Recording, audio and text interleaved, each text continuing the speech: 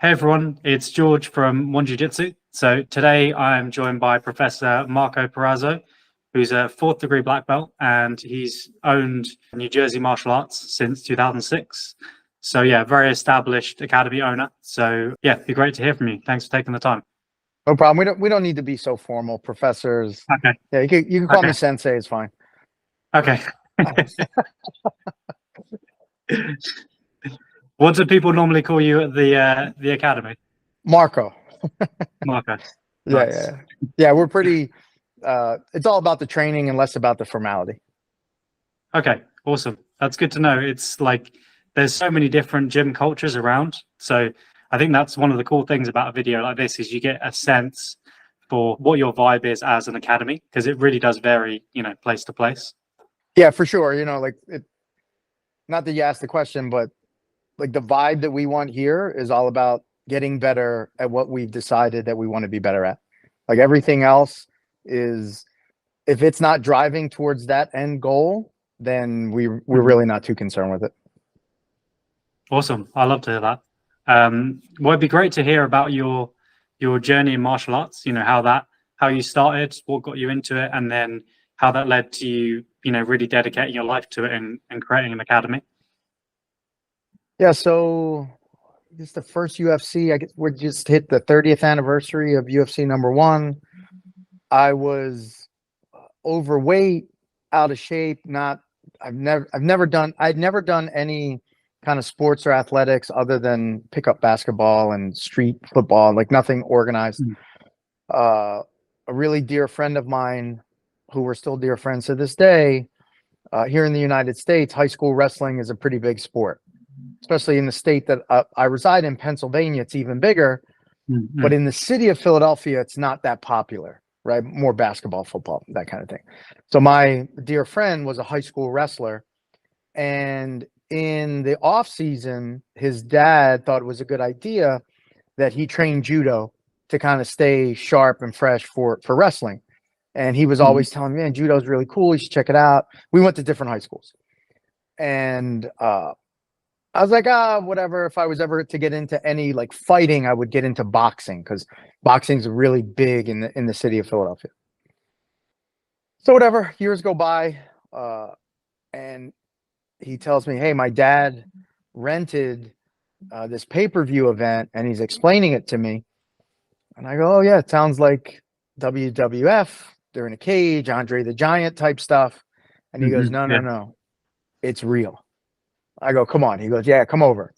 And I'm so old that we used top loading VCRs back in the day where, you slide the tape in, push it down, and played it.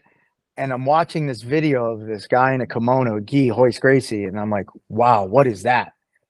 And my friend says, we do all of those moves in judo. I go, really? He goes, yeah. Sign me up. I go to the next judo class, and I started off doing judo for a few months. Yeah. And it was cool and fun, but it didn't feel like what was happening in the UFC. Yeah. Yeah. And one of the guys at the judo club knew that I was a big UFC fan. And he said, hey, Marco, Hoist Gracie has a school here in Philadelphia. And that's all you needed to tell me. I Mm. didn't realize it was an affiliate location, but whatever. I go there, and here we are 30 years later, fourth degree black belt, that kind of thing. Wow, awesome. And what was it that made you kind of want to start the academy yourself? From having your own personal training to being like, this is really what I want to teach other people. So originally, I was a business systems analyst at a health insurance company here in Philadelphia. And a friend of mine knew that I hated my job. And he originally owned this academy, was named something else prior to that. And he said, hey, would you want to come work for me for a little while? And then we open up a second academy. It would be yours, so forth and so on. You kind of learn Mm. the business. His name was Joe Prioli. He's unfortunately passed away. Well, in the process of learning how to teach, how to run a martial arts school, he gets sick and dies of cancer. So we couldn't follow through with the plan of starting that second academy, and I wind up buying his original academy renamed it to New Jersey Martial Arts. And this is, so I had already bought an existing academy from the people that owned it after my friend passed away. Okay, yeah. And what would you say of the people who come to train at your gym? What would you say are some of the common reasons that they, take that first step? Get in shape, defend themselves are usually the two biggest things, right? Get in shape and wanting to be able to defend themselves.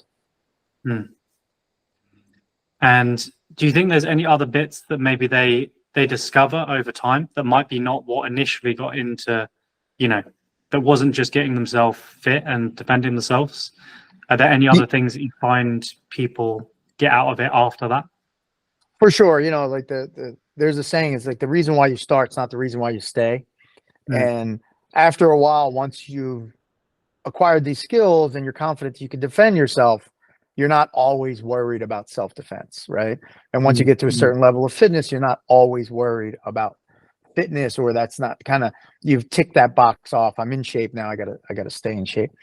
It really comes down to two things, right? One is, are they getting better, right? Like they've leaned into this thing that they want to be really good at. And are they getting better? That's one of the reasons and main reasons why they say. And the second thing is the community, the friendships that they make. And I like to think that we have a very different but good community here. And what would you say for, say, parents of children who are kind of putting their kids into this? What are the motivations there? Normally, it's they want to put their children into something that's good for them. They're going to learn discipline, respect, and those kinds of things. But what I think that the kids walk away learning is what they're capable of, right? Like I'm able to put demands on them and see them reach certain goals, even in class, that maybe they didn't think they were capable of, or their parents didn't realize they were capable of. And we're always trying to let the kids know, hey, realize if you're capable of doing this here, it's not only in here you're where those capabilities end. These capabilities take themselves outside of here. Yeah. And with someone kind of new getting in contact with you, what's the process from them? So you touched on it, like if they contact you, say through your website, and then how does that lead to them taking their first class, and how would that first class look? They'll enter in their information. They're interested in classes, or they're looking for our schedule. I'll immediately send them an email, and I'll follow that up with a text message. The email will say, hey, thanks for contacting us. Why don't you come in, try a couple of free classes? These are the days that we have available. And then after that, I will text them, pointing them to the email saying, hey, this is Marco. I just sent you an email. There's some information. Take a look at it. And then when they come to that first class, do you have a structure for like a beginner's class? Like how would that be run? Yeah. So what'll happen is to say, if we'll use you, George, like you say, hey, yeah, I'm interested in coming in. Great. We'll set you up for your first class. If that class happens to be on a Wednesday, we'll always make that time for a time that we actually have a class, right? So wouldn't make any sense for you to come at 2 p.m. if most of my classes are at 5, 6, and 7. So we have you come in during a class time that would be appropriate to your skill level. That morning or that day, you'll receive 2 text messages. One of them will be, hey, George, don't forget you have an intro lesson in New Jersey Martial Arts. Are you coming? Great. And then the second one would be a set of Google Maps directions so that I'm confident that you can find the building. Then they'll show up. I'll introduce myself. I always tell them when you walk in, ask for Marco. I'm the head instructor and the owner. They'll come in, they'll ask for me. They'll fill out a waiver. And then what we have them do is we have them jump right into class. Because what we've seen for the people that do well is that getting them into a class right away is always going to be best, so that they can see, is this something that I really want to do? And also it gives them a better context of what an actual class is like, and they get to interact with students, ask them questions, so forth and so on. Nice. And would it be like a similar process for like parents bringing their child to the first class? Yeah. So for parents, the only thing that's different is I'll set them up, I'll have them come in, and what I'll do is before they come back for their second class, I tell them go home and talk to your child away from me. Make sure Mm, that this is something that they want to come back and do. And mm, then if they're okay, if they're comfortable, you're comfortable, reach out again. We'll set you up for that second class. mm, Now, I don't talk to anybody about price, schedule, and what it takes to join mhm. until they take that second class. Yeah. Because sometimes uh, context, I shouldn't say sometimes, every time context is important. If I just tell you price and schedule, then it doesn't kind of make sense to, oh, wow, that class was interesting. That class was fun. It's a very kind of almost antiseptic answer. Mm, So I want to make sure that you have an idea of what we do, how we do it, but also how it feels. And then it makes more mm. sense to schedule and price. For sure. That makes sense. It'd be great if you could show us a little bit around the gym so we could kind of get a feel for, yeah, Sure. for how I'm it not is. sure how this is going to work. I'm like my father. I don't know how technology works anymore. All right. So, should I flip the camera around? Yeah, yeah, I think we'll All have a better view then. Yeah. right. So, oh, this is kind of the entryway here. We have a little open sign, but I'll show you where like people. This is almost like a speakeasy if you were to think about it, because we're in like a nondescript uh, Yeah.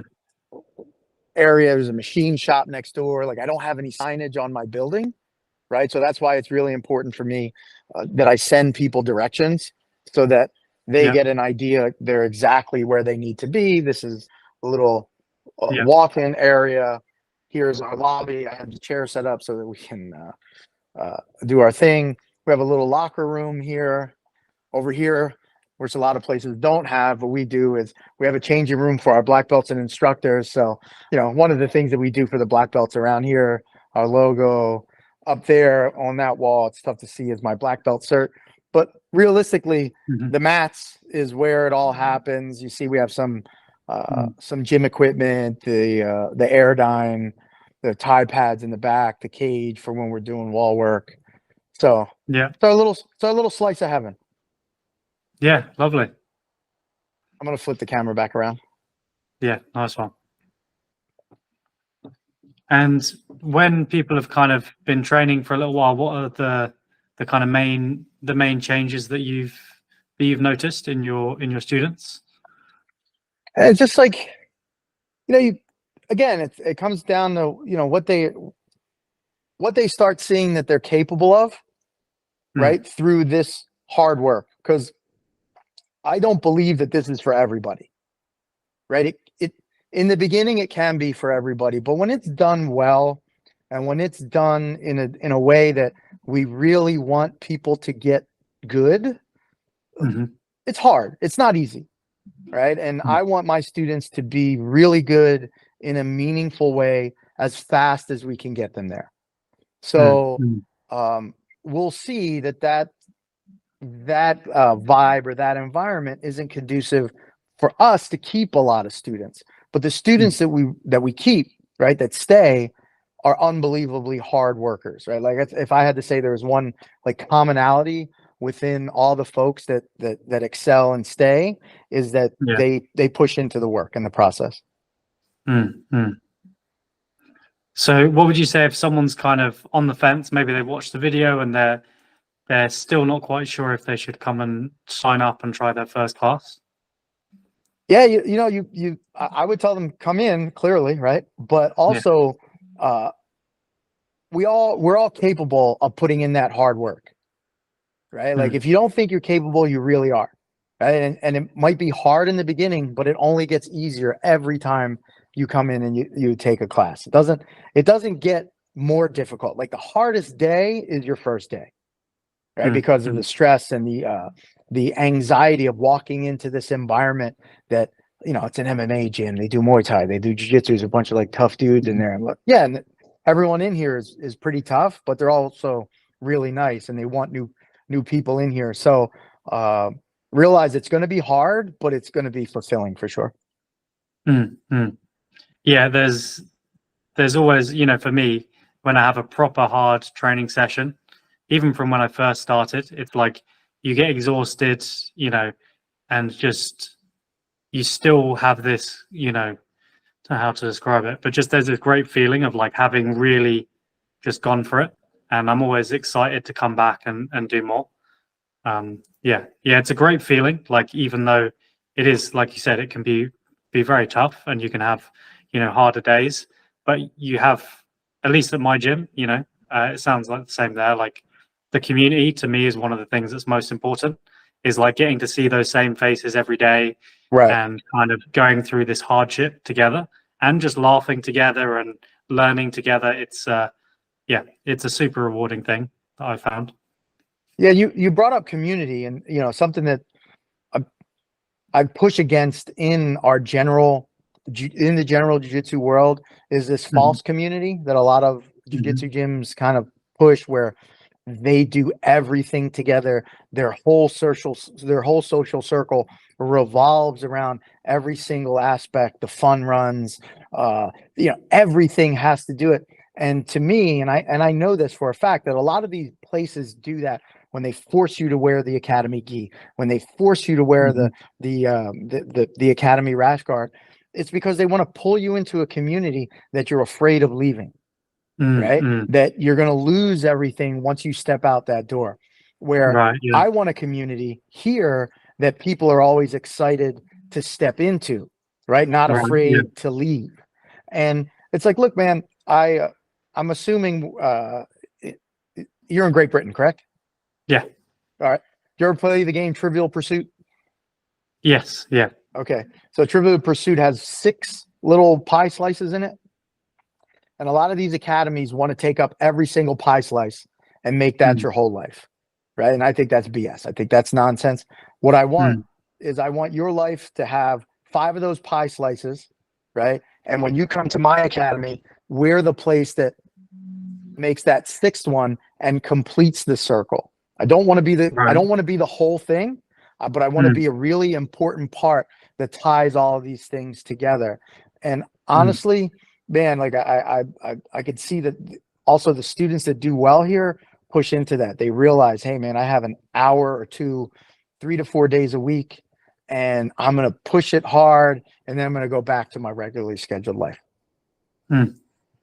Yeah, that's awesome. It's really nice to see, I guess, someone who's been running academy for a long time. So you've kind of had a chance to really think about these things a lot, of how you really want these things to be. So yeah, that's really cool to hear about. So yeah, thanks a lot for sharing. Are there any other bits that you wanted to mention, you feel we didn't get a chance to touch on? No, I think like the community is really big. Like I get that feeling, especially here in the United States, that a lot of gym owners, a lot of school owners almost wield the community over their students' heads, which is something that I can't stand, right? Like, even just the idea of calling somebody professor. You're not a PhD, you're not a doctor. Like, relax. Like, it's absurd at the end of the day what we enjoy doing to the general community, not to us. Like, you and I understand why we love what we do. But somebody walks in and sees what we're doing. They're like, oh my God, what are you folks doing? It's absurd to the general community. And let's understand that as much as we love it, it is still a hobby. It is still something that it's not for the general public. It's for those special folks. Yeah. Awesome. Well, yeah, thanks a lot for taking the time to do this. It's been really fun. Appreciate it.